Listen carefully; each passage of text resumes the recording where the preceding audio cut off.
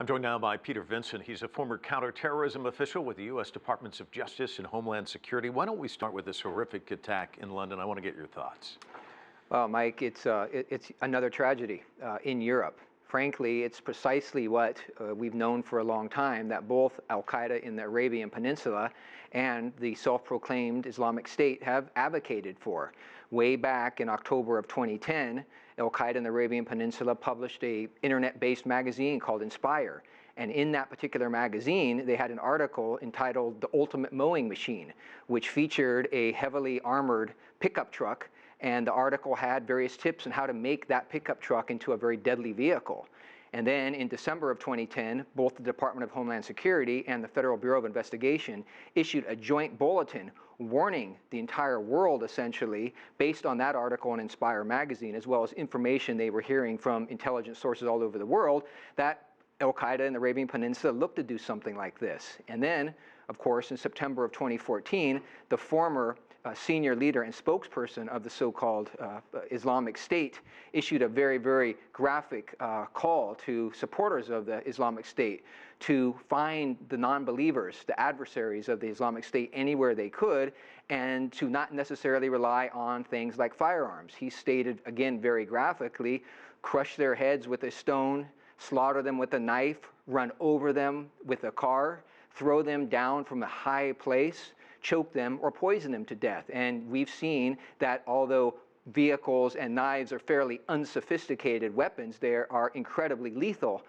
tragically, as we've seen in this case, and we've seen in other places all over the world. Well, I was just going to say that. You were on as a guest after the Berlin Christmas market attack. We've seen attacks in Nice. We've seen them in Jerusalem.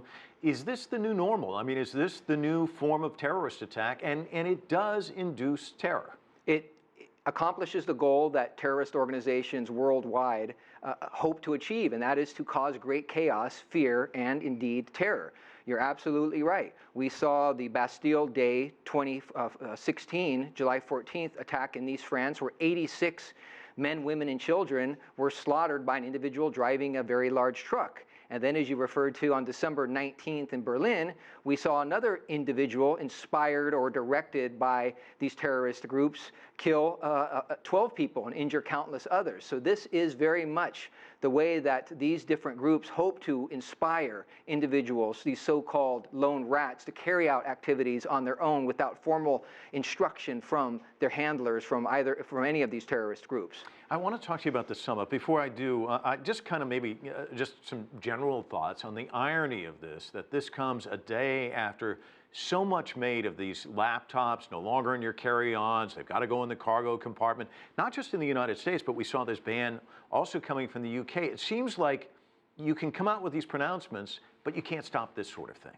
You're right, Mike, and I believe, in fact, that today's attack in London was designed. It was not coincidental.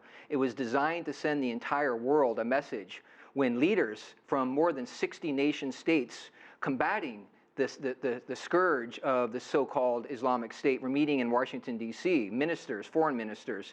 At the same time, it was exactly 1 year from the horrific attacks last year in Belgium, where individuals blew up themselves and many innocent victims, more than 50, at the airport and a subway. So I think we don't know yet who carried out this horrific attack, although the hallmarks are certainly either the self-proclaimed Islamic State or al-Qaeda in the Arabian Peninsula, to show the world, those that are entrusted with protecting our democracies, that they really can't be stopped.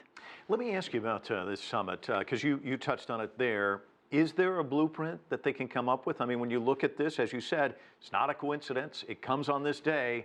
What kind of strategy can you have? There are strategies, and the previous administration engaged in a long view of how to degrade the power of ISIL and other terrorist organizations, to include obviously providing advisors and trainers to forces on the ground in Iraq and Syria, as well as special operation forces, providing air cover to Iraqi troops, and then cutting off the assistance through financing that terrorist organizations very much thrive on.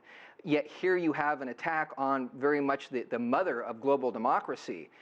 The challenge is that although the Islamic State, for instance, assuming that organization is behind today's attack in London, has lost a lot of very valuable territory in Aleppo, Syria, in Mosul, Iraq, and in their self-proclaimed de facto capital of Raqqa, the Islamic State will still exist as a virtual caliphate, very much able to continue to inspire and unfortunately recruit individuals through the use of the internet, social media, to carry out horrific attacks, not just in the West, but anywhere in the world. And that is the real challenge for any administration, to address how to combat violent extremism when they are so very adept at leveraging the power of the internet.